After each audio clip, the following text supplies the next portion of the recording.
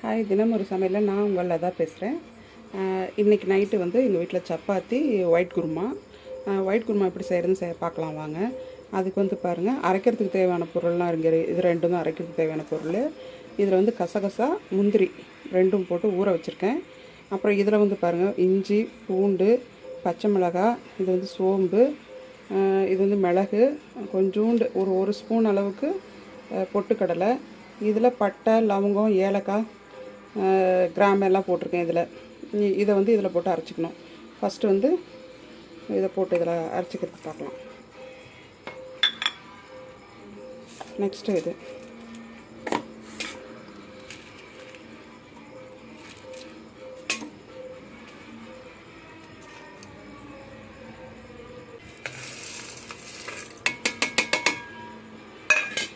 போட்டு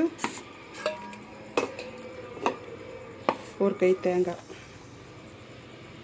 எப்பயுமே தேங்காய் கொஞ்சம் அறுத்து எடுத்து வச்சுக்குவேன். இது பாருங்கள், ஒரு கைப்பிடி அளவுக்கு தேங்காய், இன்னொரு கை போதும். இதை அரைச்சிட்டு உங்களுக்கு நான் இதை தாளிக்கும் போது உங்களுக்கு காட்டுறேன். பாருங்கள், அடுப்பத்தை வச்சு அந்த குருமா தாளித்து விதத்துன்னு காட்டுறேன். பாத்திரம் சூடாகட்டும்.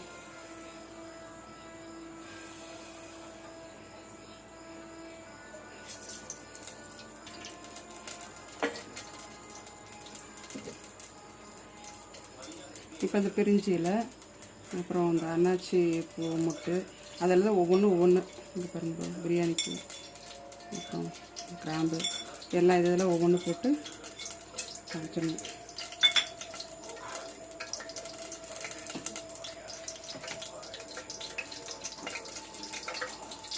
அதில் வெங்காயம் போட்டுக்கேன்.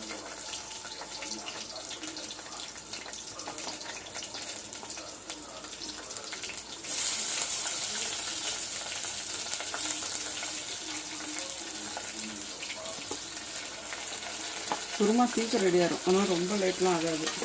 எல்லாம் ரெடி பண்ணி வச்சுட்டு நம்ம செஞ்சோம்னா சீக்கிரம் செஞ்சிடலாம்.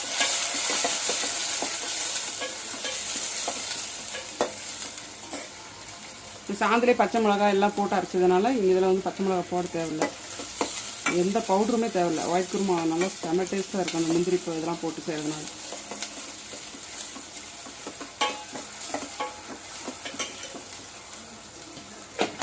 இது கொஞ்சம் மீடியமாக வேகட்டும், ரொம்ப கருகவும் விட்டுறக்கூடாது, ஒரு தங்க பதத்தில் இருக்கணும், நல்லாயிருக்கும். இந்த கண்ணாடி பதம்ன்றாங்களா அந்த மாதிரி வரணும்.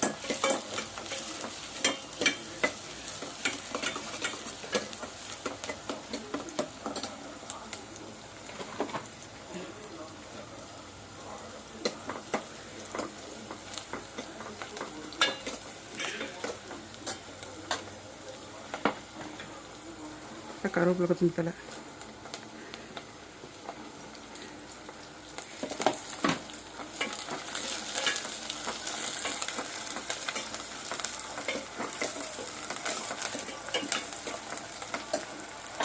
இப்போ இந்த பதத்துக்கு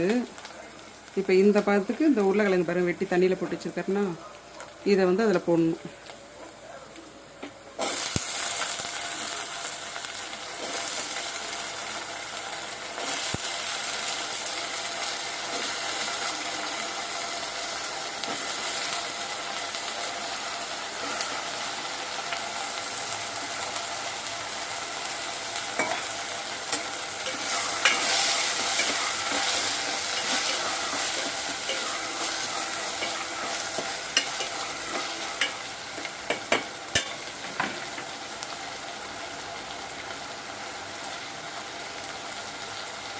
இந்த குழம்பு இங்கே ரெடி ஆகிறதுக்குள்ளே இந்த பக்கம் அடுப்பத்தை வச்சு நான் சப்பாத்தி போட்டுக்கிறேன்.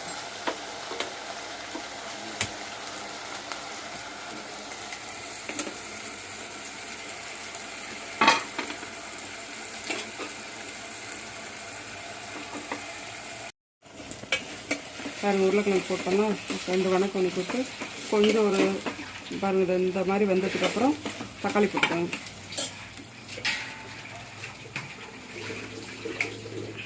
தக்காளி ஒரு 2 தக்காளி தான், அதிகமாக போடக்கூடாது.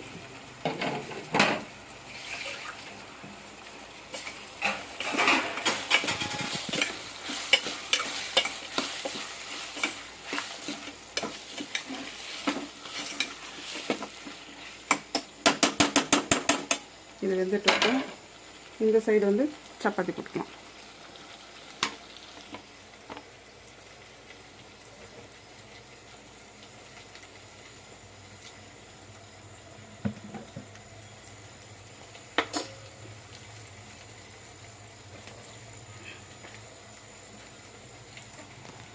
அது வெந்துடக்கூடாது, குழன்றக்கூடாது, ஏன்னா புளிப்பு தன்மை அதிகமாகிடும். இப்போ இந்த மாதிரி இருக்கும்போது இந்த அரை வேக்காடாக தக்காளி இருக்கும்போது இந்த அரைச்சி வச்ச தேங்காய் சாறு இது இருக்குது, சாந்து இருக்குல்ல, அதை ஊற்றிடணும். ஊற்றிட்டு பாருங்க, இதை வந்து மிக்ஸி ஜார்க்கில் ஒன்று தண்ணி இருக்குதுங்களா, அரைச்சது அந்த தண்ணியோடு சேர்த்து ஊற்றிடணும்.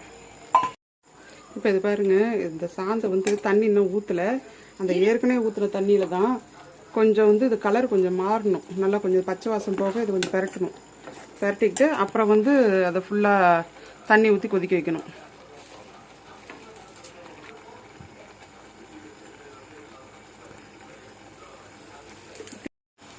பாருங்கதோ அது சுற்றி இப்படி பபிள்ஸ் வருது இல்லை. இப்போ வந்து இதில் உங்களுக்கு எவ்வளோ தேவையோ சப்பாத்திக்கு கெட்டியாகவோ இல்லை ரொம்ப தண்ணியாகவோ உங்களோட டேஸ்ட் பொறுத்து இப்படி ஊற்றிக்கோங்க. நான் கொஞ்சம் கெட்டியாக இருக்கிற மாதிரி தான் யூஸ் பண்ணுவேன் கிரேவி எப்பயுமே, அது நல்லாயிருக்கும். இவ்வளோதான். இப்போ இதில் வந்து 2 ஸ்பூன் உப்பு,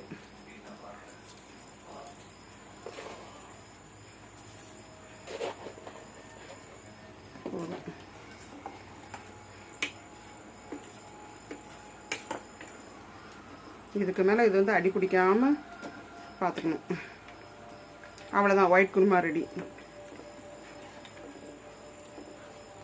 இது வந்து கொதித்து நான் உங்களுக்கு சப்பாத்தியோடு வச்சு காட்டுறேன். கொதிக்க குருமாவுக்கு இதை பாருங்கள், சப்பாத்தி ரெடி பண்ணுறேன். உங்களுக்கு அந்த அரைக்கிறதுக்கு அந்த இது போட்டு காட்டினேன்ல, இப்போ வந்து சப்பாத்திக்கு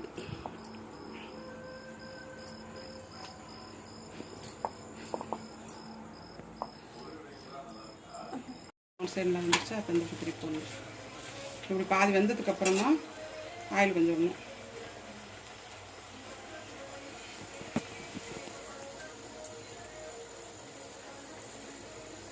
இந்த ஓரெல்லாம் நல்லா அப்படி அமுக்கி விடுங்க. அமுக்கி விட்டிங்கன்னா புஷ்ஷு மேலே வரும்.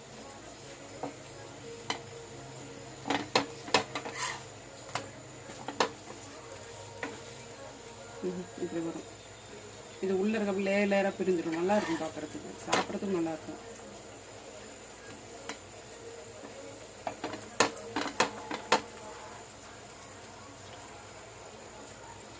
ஓகே, மேலே மேலே